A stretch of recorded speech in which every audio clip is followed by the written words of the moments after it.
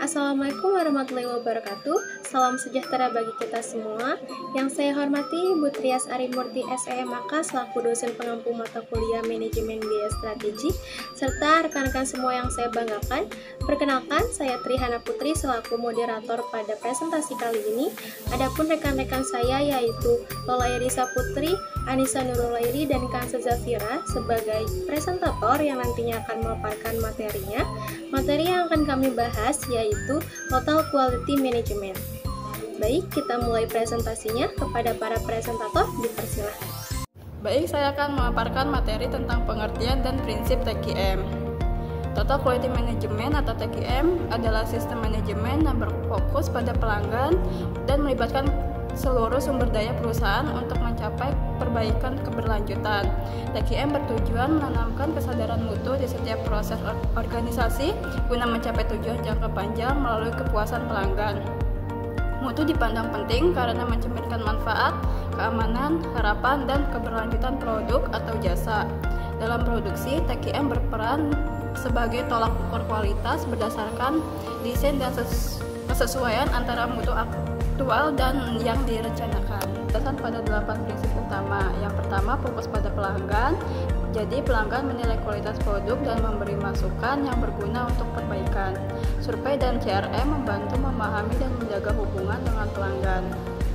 Yang kedua, komitmen karyawan, keberhasilan TQM yang bergantung pada partisipasi aktif karyawan, komunikasi lintas departemen, dan pelatihan penting serta HCM membantu dalam manajemen kinerja dan pengembangan SDM.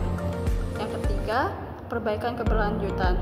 Perusahaan perlu beradaptasi melalui perbaikan bertahap demi mempertahankan daya saing, informasi keunggulan, dan praktik terbaik yang sangat penting untuk membandingkan data. Yang keempat, pendekatan proses. Jadi proses kerja harus terstruktur dan didukung pelatihan. Diagram diukur dan analisis langkah kerja penting untuk mengidentifikasi dan perbaikan kelemahan. Yang kelima, pendekatan strategis dan sistematis. TQM harus melaraskan dan visi, misi, dan rencana jangka panjang. Kualitas harus menjadi prioritas dalam strategis perusahaan. Yang keenam, berbasis data. Jadi data dari proses produksi dan pelanggan sangat penting untuk evaluasi dan perbaikan. ERP membantu menyediakan data real time, mengurangi kesalahan, dan mendukung keputusan yang tepat. Yang ketujuh, menggabungkan sistem yang saling terhubung antar departemen, mempermudahkan koordinasi, dan meningkatkan transparansi. ERP manufaktur perbaikan pengawasan produk dan akses informasi. Dan yang terakhir, informasi efektif komunikasi antar staf penting untuk memastikan kelancaran proses produksi dan mencegah kesalahan kolaborasi, meningkatkan semangat dan efisiensi. Selanjutnya, pemaparan mengenai karakteristik dan tujuan dari TQM. Total Quality Management memiliki karakteristik yang khas, yaitu yang pertama, Total Quality Management merupakan pendekatan sistematis jangka panjang yang bersifat praktis dan berorientasi pada hasil nyata. Lalu yang kedua, pelaksanaan Total Quality Management dimulai dan didukung oleh manajemen tingkat atas sebagai penggerak utama. Yang ketiga, Total Quality Management membawa perubahan budaya organisasi secara menyeluruh pada setiap aspeknya. Kemudian yang keempat, pendekatan ini menyatukan dan mengintegrasikan berbagai subsistem yang ada dalam organisasi untuk mencapai keselarasan operasional. Kemudian yang kelima, Total Quality Management menuntut keterlibatan aktif, partisipasi, serta kerjasama lintas fungsi manajerial. Tujuannya tidak akan tercapai tanpa partisipasi dari seluruh anggota organisasi di berbagai tingkatan dalam proses pemecahan masalah.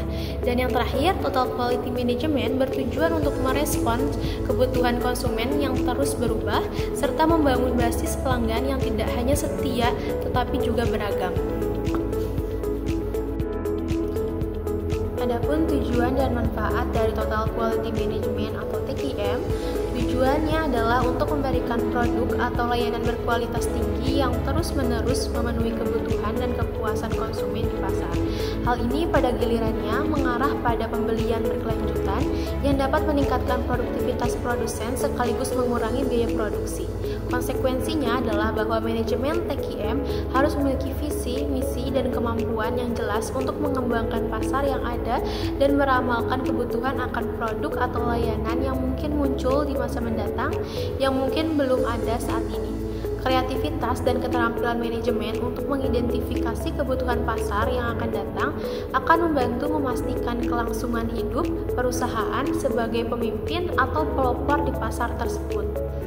Adapun manfaat yang dapat dirasakan oleh perusahaan, yang pertama, meningkatkan kualitas layanan dan kepuasan pelanggan total quality management.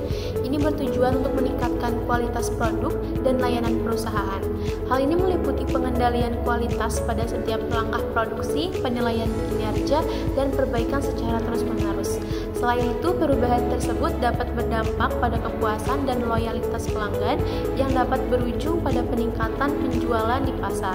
Salah satu keuntungan dari total quality management adalah peningkatan kualitas layanan dan kepuasan pelanggan. Lalu yang kedua, menerapkan proses perbaikan berkelanjutan selain mesin dan aset yang memerlukan perawatan untuk menjaga produktivitas dan kualitas. Konsep serupa juga berlaku pada proses operasional. Dalam operasional sehari-hari, manajemen tentu membutuhkan metrik untuk mengukur seberapa baik kinerja timnya. Itulah sebabnya siklus PDCA, yaitu Plan, Do, Check, and Act, dikenal yang memungkinkan perusahaan merancang perbaikan, melaksanakannya, dan terus memantau hasilnya. Selanjutnya yang ketiga, memperoleh sertifikasi mutu internasional. Total Quality Management dapat membantu perusahaan dalam memenuhi standar kualitas internasional yang dapat meningkatkan citra perusahaan di mata pelanggan. Salah satu contoh standar internasional untuk sistem manajemen mutu adalah ISO 9000 yang dirancang untuk mengevaluasi data dalam hal kualitas. Materi selanjutnya saya akan memaparkan mengenai penerapan TQM dan prinsip 5S. Berikut langkah-langkah proses umum penerapan TQM. Yang pertama, manajemen memahami prinsip dan tujuan TQM. Yang kedua, evaluasi budaya dan sistem manajemen serta identifikasi nilai inti organisasi. Yang ketiga, kumpulkan dan analisis data pengalaman serta kebutuhan pelanggan. Yang keempat, kembangkan rencana penerapan TQM berdasarkan hasil evaluasi. Yang kelima, komunikasikan program TQM dengan melibatkan karyawan. Yang keenam, laksanakan rencana seperti aksi, pelatihan, dan penugasan tanggung jawab. Yang ketujuh, bentuk tim untuk memantau proses dan mengatasi kendala. Yang kedelapan, libatkan karyawan dalam memberikan umpan balik untuk pengambilan keputusan. Yang kesembilan, pantau dan evaluasi kemajuan menggunakan indikator kinerja. Yang ke-10, lakukan perbaikan berkelanjutan dengan siklus PDCA. Yang ke-11, bangun budaya kualitas jangka panjang untuk mendorong inovasi dan keunggulan. Selanjutnya ada prinsip 5S. Yang pertama yaitu sehari, merupakan langkah awal untuk memilih barang-barang berdasarkan kategori yang berguna dan tidak berguna. Yang kedua yaitu Seiton adalah menata barang-barang yang masih berguna agar mudah ditemukan dan aman, serta diberi tanda yang jelas. Yang ketiga yaitu Seiso adalah membersihkan barang yang sudah tertata rapi, termasuk ruang kerja dan sekitarnya, serta mesin-mesin baik yang rusak maupun yang sedang dalam perawatan preventif. Yang keempat yaitu Seiketsu, berarti menjaga lingkungan kerja yang bersih dan teratur sebagai praktik standar. Yang kelima yaitu Shiketsu adalah melibatkan kesadaran diri mengenai etika kerja seperti mematuhi standar, saling menghormati, merasa malu jika melanggar aturan, dan senang melakukan perbaikan. Selanjutnya, saya akan memaparkan materi keuntungan, kerugian, dan studi kasus dari TQM. Yang pertama ada keuntungan total quality management, yaitu yang ke-1 ada produk berkualitas tinggi dengan biaya lebih efisien. Yang kedua, pengurangan pemborosan, mengurangi biaya yang dapat menyebabkan pemborosan dalam seluruh rantai proses produksi hingga distribusi. Yang ketiga, ada respon yang lebih cepat terhadap perubahan dan dapat menyusun perencanaan yang lebih efektif.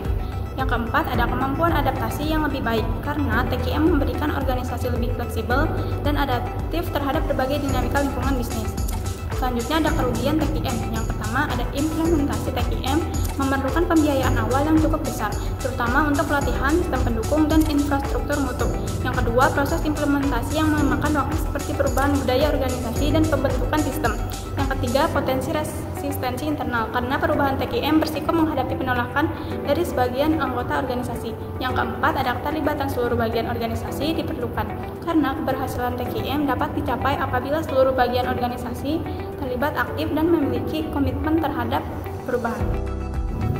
Selanjutnya ada studi kasus menurut Panca membahas transformasi PT Kereta Api Indonesia di bawah Ignatius Jonan melalui penerapan Total Quality Management dan kepemimpinan transformasional. Sebelum perubahan KAI menghadapi berbagai masalah seperti pelayanan buruk dan infrastruktur usang, dengan visi yang kuat, budaya kerja berbasis kualitas, serta komunikasi dan pengambilan keputusan berbasis data.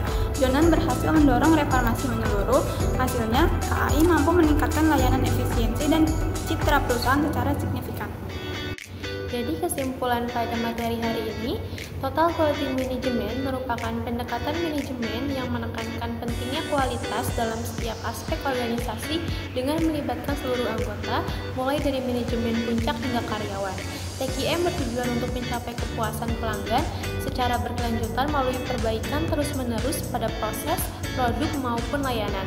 Prinsip-prinsip utama TQM meliputi fokus pada pelanggan, komitmen karyawan, perbaikan berkelanjutan, pendekatan proses, pendekatan strategis dan sistematis, penggunaan data, sistem integrasi, serta komunikasi yang efektif.